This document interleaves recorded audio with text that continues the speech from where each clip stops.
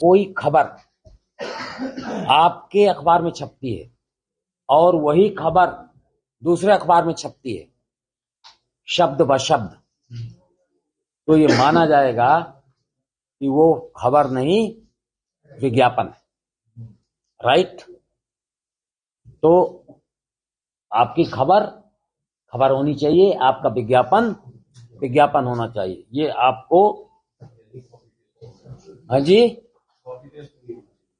अब भाई इसका मतलब ये नहीं कि थोड़ा बहुत शब्द परिवर्तित करके उसका भाव हम लोग पकड़ लेते हैं। भाई हम अध्यापक हैं भाई, ये समझो ना। तो हम आपको बता रहे हैं कि भाई आप भी शुचिता पूर्वक बर्ताव करें, जैसे कि हमसे अपेक्षा की जाती है और पॉलिटिकल पार्टीज और पब्लिक से की जाती है।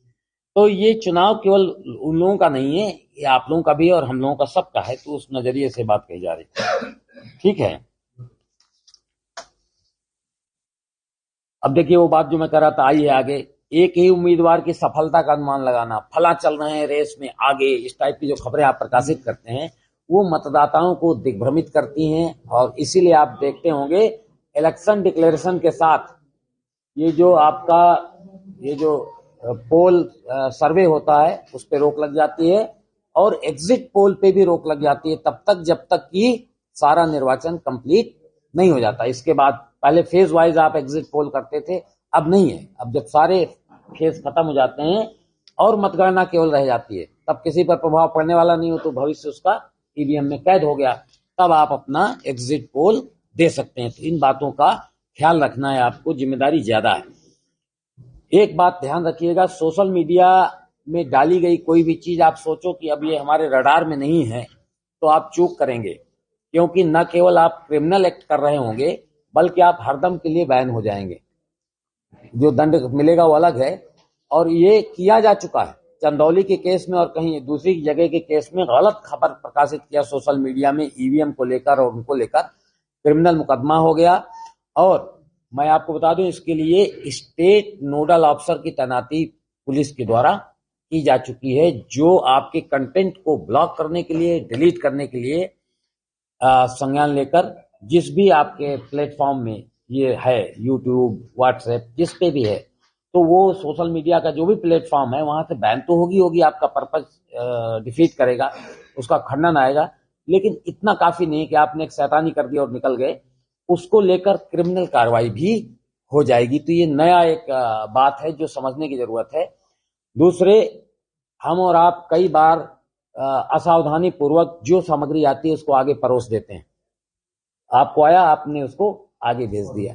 एक जिम्मेदार शहरी और नागरिक होने के नाते आप लोगों से भी अपील है और आपके बहुत सारे अनियंत्रित साथियों से भी मेरी अपील है कि वो बिना सोचे विचारे इसको आगे फैलाए ना, क्योंकि आपके हाथ में जो इंस्ट्रूमेंट है वो दोधारी तलवार है, उसका खामियाजा आपको भी भुगतना पड़ सकता है। ये धमकी भी है और सुझाव भी है। आप बचे रहें, इसलिए मैं सुझाव देता हूं। आप करोगे तो धमकी है, मैं छोड़ूंगा नहीं।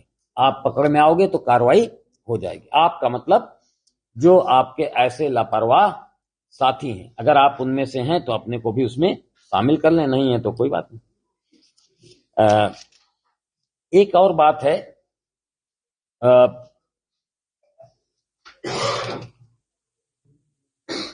जो हमारे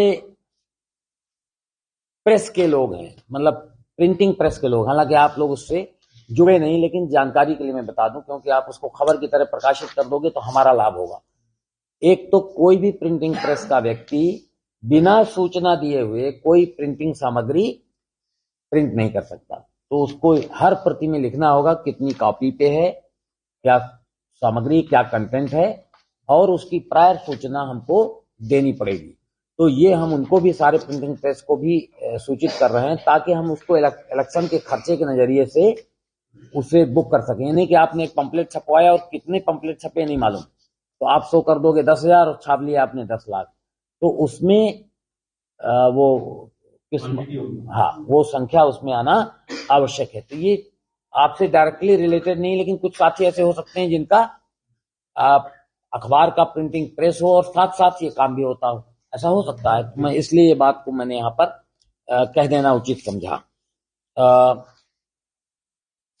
कुछ और बात रह गई क्या? आइडियम था हमें लगता है हमने एक्सटेम्पोर सब बोल दिया। रुकिए, अपील कर दूं, वो तो मेरा काम है, मैं करूंगा ही। मैं भी आपसे उसी के लिए आने वाला हूं। ये तो आपको वो सूचनाएं थी जो आपके पास हैं भी, और मुझे देना मेरा कर्तव्य है। दूसरी बात मैं बता दूं आपको